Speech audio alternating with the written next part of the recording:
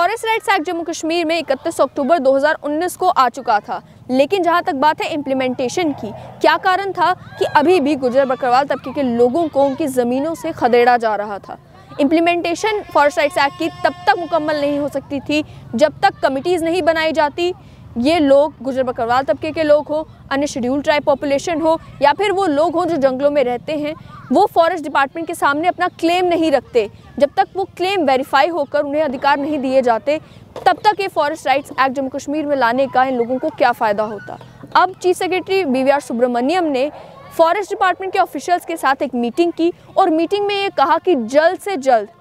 ये जो सर्वे है करवाया जाए, इन लोगों को फॉरेस्ट राइट्स दिए जाएँ। अब किस तरीके से जो गुर्जर बकरवाल तबके के लोग हैं या अन्य शेड्यूल ट्राइब हैं या जंगलों में रहने वाले जितने भी अन्य फॉरेस्ट ड्वेलर्स हैं, उन्हें ये राइट्स मिलेंगे कैसे। जो मीटिंग में बातें डिस्कस हुई उसमें कहा गया कि फॉरेस्ट कमेटी, उसके अलावा sub divisional level committee, district level committee और स्टेट लेवल कमेटी, जल्द इनका गठन जल्दी किया जाए। फर्स्ट स्टेज पर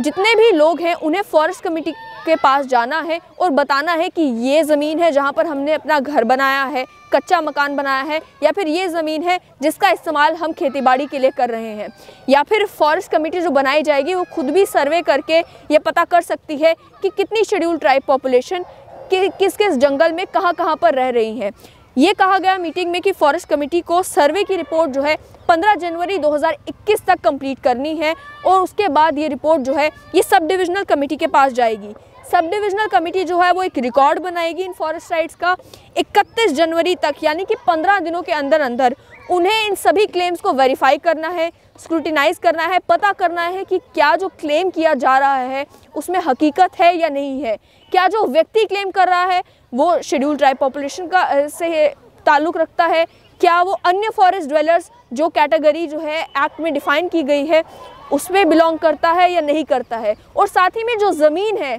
जिसके ऊपर अधिकार ये मांग रहे हैं, क्या वो फॉरेस्ट की ज़मीन है भी या नहीं। ये सब काम जो है वो सब डिविजनल कमेटी को करना है 31 जनवरी 2021 से पहले। उसके अलावा जो थर्ड टायर है इस सिस्टम का वो है district level committees. District level committee consider करेंगे कि क्या जो रिकॉर्ड बनाया है वो ठीक है। उसके बाद वो रिकॉर्ड को अप्रूव करने के बाद इन सभी लोगों को अधिकार दे देंगे ज़मीन के ऊपर। और चीफ सेक्रेटरी BVR सुब्रमण्यम ने मीटिंग में कहा है कि जितने भी फॉरेस्ट के अधिकारी हैं उन्हें ये इंश्योर करना है कि 1 मार्च 2021 से पहले फॉरेस्ट राइट्स का ये जो पूरा रिकॉर्ड है ये कंप्लीट हो जाए और जम्मू कश्मीर में जितनी भी शेड्यूल ट्राइब पॉपुलेशन रह रही है या अन्य जो फॉरेस्ट ड्वेलर्स हैं उन्हें फॉरेस्ट के अधिकार दे दिए जाएं।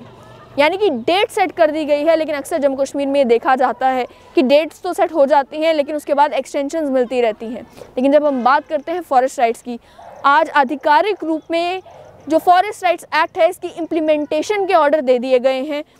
ये एक अच्छा कदम जो है माना जा रहा है, खास करके देखते हुए कि पिछले दिनों में किस तरीके से पहलगाम में भी और अन्य जगहों पर भी जो लोग जंगलों में रह रहे थे, शेड्यूल ट्राइब पॉपुलेशन से ताल्लुक़ रखने वाले लोग हैं, उन्हें उनकी ज़मीनों से खदेड़ा जा रहा था। उन्होंने जो कच्चे घर बनाए हुए थे उन्हें तोड़ा जा रहा था।